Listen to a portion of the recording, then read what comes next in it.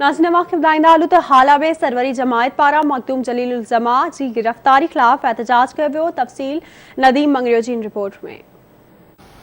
मरहूम मखदूम मोहम्मद अमीन फ़हीम के फ़र्जंद और सरवई जमा के रूहानी पेशवा मखदूम जमील ज़मा के भा मखदूम जलील ज़मा अल मरूफ मखदूम हबीबुल्लाह जी करप्शन इल्ज़ाम ने बता गिरफ़्तारी के खिलाफ़ पाकिस्तान पीपल्स पार्टी तहलके हाला और सरवई जमायत सिटी हाला की तरफा सैयद मोहम्मद अली शाह अजनानी राज़करेनू हमो पोटो और बेन की अगुवाणी में दरगाह सरवरनू का हाला प्रेस क्लब तई एहतजाजी रैली कढ़ी वई।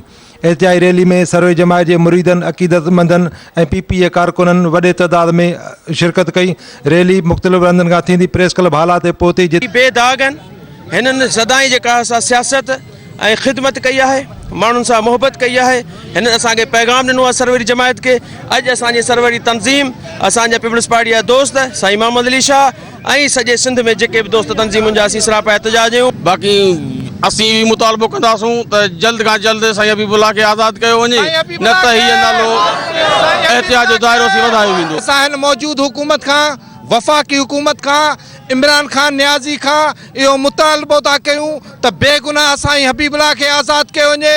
15 सालन खां पोइ ही नेब इंतकामी कार्रवाइनि ते लही आई आहे। असां उन्हनि ते लहनत था विझूं।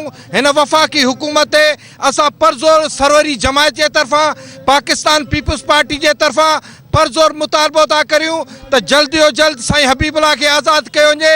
जे न त हीअ पाकिस्तान लेवल ते तहरीक हलाई वेंदी। सरवरी जमायत पाकिस्तानी लेवल ते आहे। असां मुतालबो था करियूं जज साहब का तो इंसाफ करे जल्द का जल्द साईं हबीबुल्लाह के आज़ाद कयो वञे। मखदूम ख़ानदान के खिलाफ़ एक साजिश तहत जो इंतकामी कार्रवाई कई वञन पियूं। मखदूम अमीन फ़हीम का वठी हिन वक्त ताईं जो नेब और बेन इदारन के मखदूम ख़ानदान के झुकाइण लाइ जो मुख़्तलिफ़ साजिशूं इस्तेमाल कयूं पियूं वञनि पंहिंजी साजिशूं कामयाब न थींदा ऐं सदी नाकाम थींदा। कैमरामैन नदीम राजपूत सां गॾु नदीम मंगरियो, आवाज़ TV न्यूज़ हाला।